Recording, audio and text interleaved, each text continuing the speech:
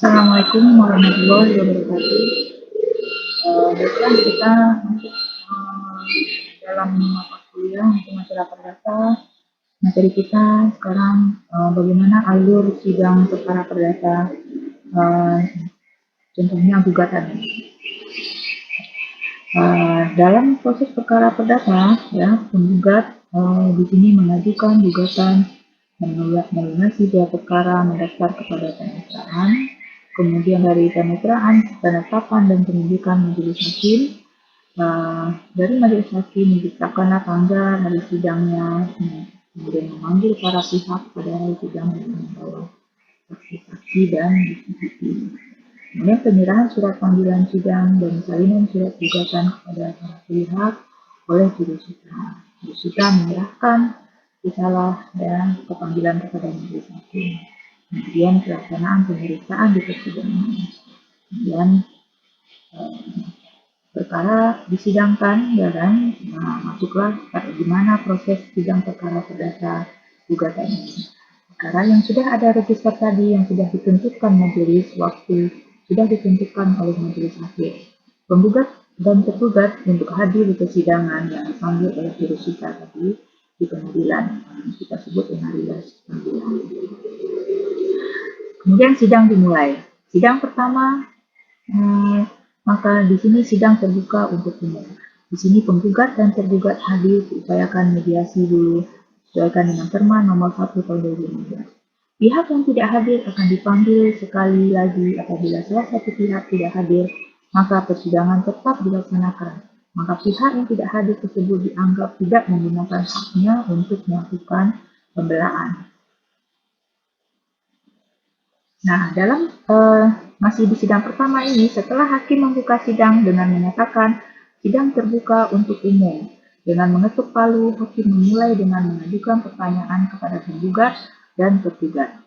Di sini maka hakim minta identitas para penggugat dan tergugat, apakah sudah mengerti maksud didatangi para pihak di muka persidangan, dan hakim menghimbau agar dilakukan perdamaian. Sebagai bukti identitas para pihak menunjukkan KTP masing-masingnya. Di sini hakim juga ya dalam proses mediasi ini dibantu oleh seorang fasilitator yang disebut dengan mediator. Bisa dari luar atau dari dalam pengadilan yang bersertifikat mediator. Mediator yang berasal dari pengadilan, maka mediasinya dilaksanakan di dalam pengadilan, tidak boleh di luar pengadilan. Sidang hasil mediasi jika tercapai damai bisa dituangkan dalam kesepakatan damai dan dicabut perkara. Jika tidak ada perdamaian, pemeriksaan perkara dilanjutkan. Kemudian sidang kedua, yaitu jawaban tergugat. Di sini apabila para pihak dapat berdamai, maka ada dua kemungkinan, yaitu gugatan dicabut atau mereka mengadakan perdamaian di luar atau di muka sidang. Apabila perdamaian di luar sidang, maka hakim tidak ikut campur. Apabila perdamaian dilakukan di muka hakim, maka ciri-cirinya adalah kekuatan perdamaian sama dengan putusan pengadilan. Apabila salah satu pihak melakukan ingkar janji, perkara tidak dapat diajukan kembali. Apabila tidak tercapai suatu perdamaian, maka sidang dilanjutkan dengan penyerahan jawaban dari pihak tergugat. Jawaban ini dibuat rangkap 3. Yang pertama untuk penggugat, lembar kedua untuk hakim, lembar ketiga untuk hakim. Kemudian masuk sidang ketiga. Sidang ketiga yaitu kita sebut dengan sidang replik. Pada sidang ini penggugat dan kuasa hukumnya menyerahkan replik. Satu untuk hakim, satu untuk tergugat atau untuk penggugat itu sendiri. Replik adalah tanggapan penggugat terhadap jawaban tergugat. Kemudian sidang keempat, dalam sidang ini tergugat menyerahkan duplik, yaitu tanggapan tergugat terhadap replik penggugat, kurang lebih berisi menemukan sikap konsistensi pendirian yang disampaikan dalam jawaban atas gugatan. Sidang kelima yaitu pembuktian. Penggugat mengajukan bukti-bukti yang memperkuat dalil-dalil penggugat sendiri dengan melemahkan dalil-dalil tergugat. Dilakukan secara bergantian antara penggugat dan tergugat. Bukti bisa berupa bukti surat, bukti saksi, sangkaan, pengakuan, dan sumpah. Sidang keenam, masih sidang keenam ya. Jalani sidang sama dengan sidang pembuktian dari pihak penggugat dengan catatan bahwa yang mengajukan bukti dan saksi adalah tergugat. Sidang tanya jawabnya kebalikan dari sidang termohon. Sidang pemeriksaan setempat. Khusus masalah tanah ada yang namanya pemeriksaan setempat. Gunanya untuk mengetahui objek sengketa tanah tersebut ada atau tidak sarannya dilakukan setelah bukti surat pada pihak diajukan.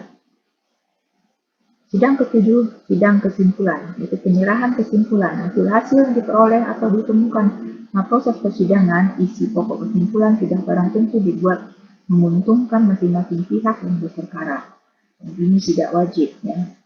Sidang ke-8, sidang putusan. Dinamakan sidang putusan hakim, hakim membaca putusan yang seharusnya dihadiri oleh semua pihak. Setelah selesai membaca putusan, maka hakim mengetuk palu 3 kali dan para pihak diberi kesempatan untuk mengajukan banding jika tidak puas dengan putusan hakim. Pernyataan banding ini harus dilakukan dalam jangka waktu 14 hari terhitung ketika putusan dijatuhkan. Sidang pelaksanaan putusan ini, gugatan dikabulkan berarti penggugat bisa membuktikan gugatan. Gugatan ditolak, penggugat tidak bisa membuktikan gugatan.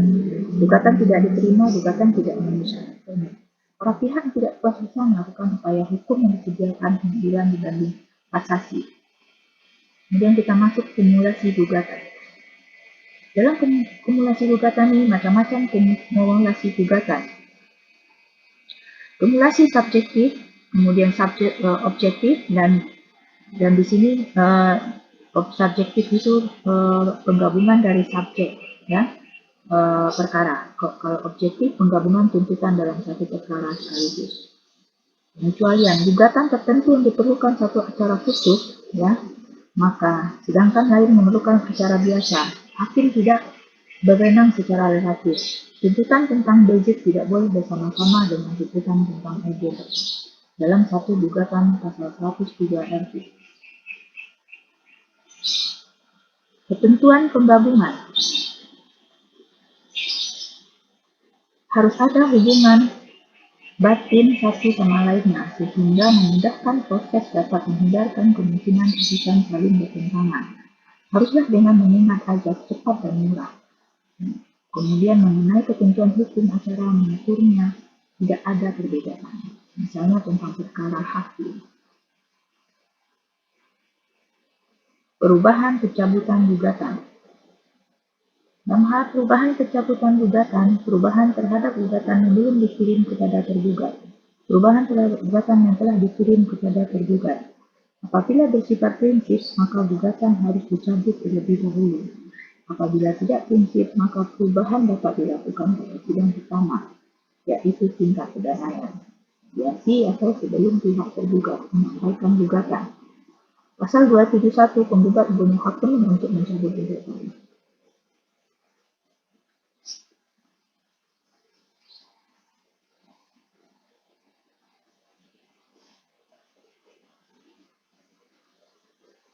Dalam hal ini penting untuk diingat adalah perubahan pencabutan gugatan sebelum jawaban, maka penggugat dapat melakukan dengan cara menyampaikan kepada hakim.